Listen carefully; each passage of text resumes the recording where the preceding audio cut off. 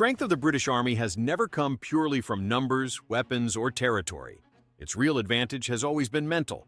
Long before a soldier fires a weapon or takes a position, the battle is already unfolding in the mind. How pressure is processed, how fear is managed, and how decisions are made when information is incomplete.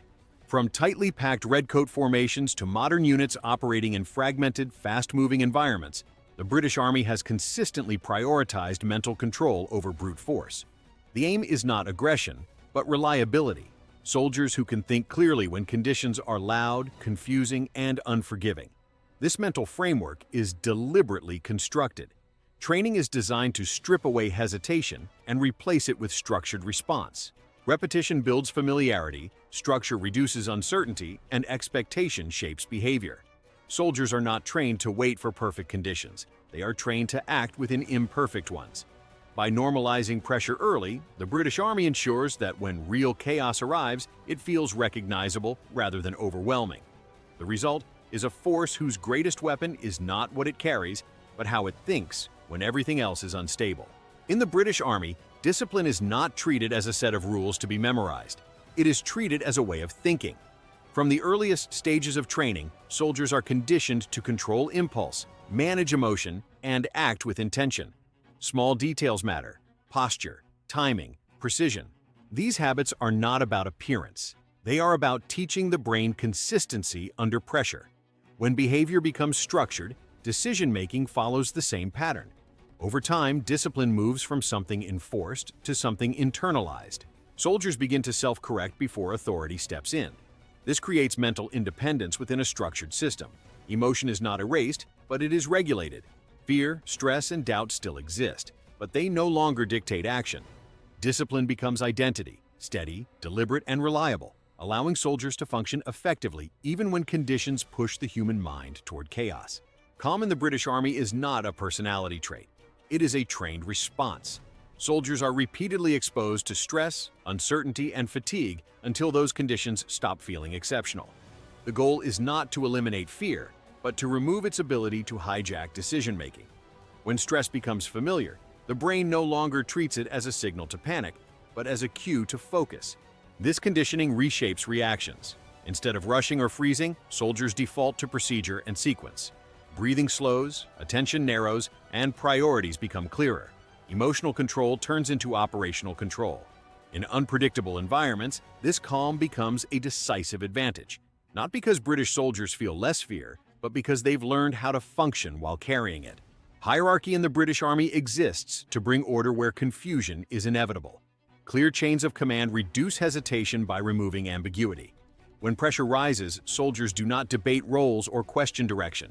They rely on a system designed to function under strain. This clarity conserves mental energy and keeps attention focused on execution rather than uncertainty. Trust is what makes this structure work. Soldiers trust their leaders because leadership is tested, not assumed. In return, leaders trust their units to perform without constant supervision.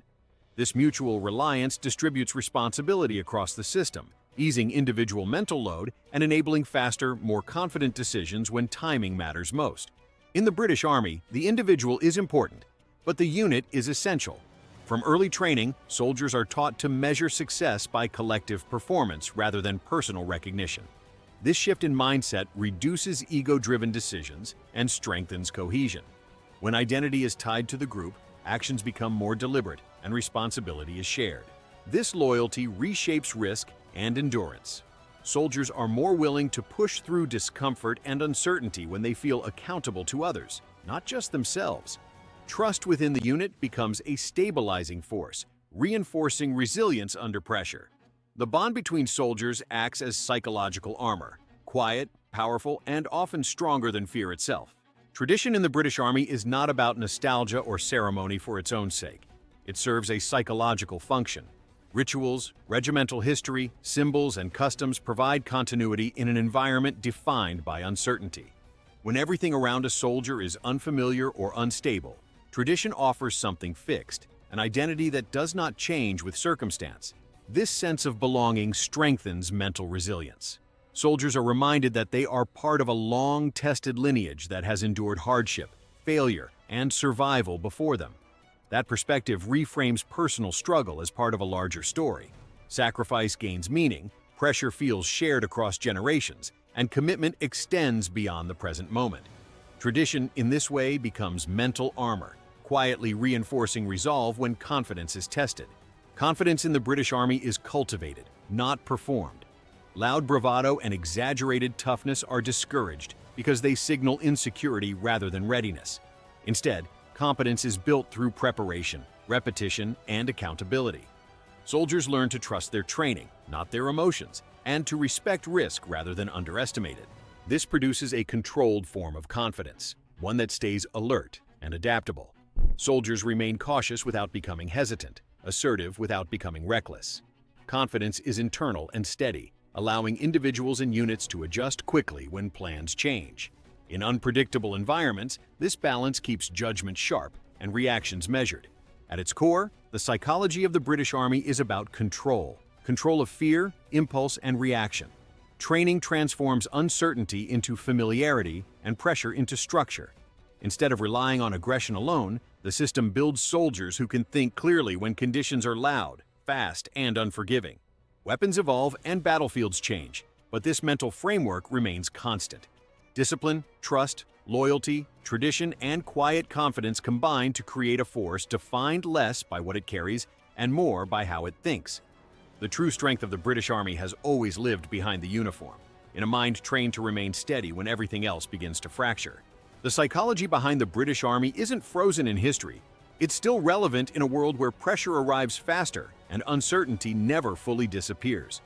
The same mental principles that kept formations steady centuries ago now guide decision-making in complex modern environments. Control, clarity, and trust remain the core tools. This is why the British Army continues to endure. Not because it resists change, but because its mental foundation adapts without breaking. When situations spiral, systems fail, or plans collapse, the trained mind steps forward. And in the end, that is the quiet lesson behind the uniform. Strength lasts longest when it is built in the mind first.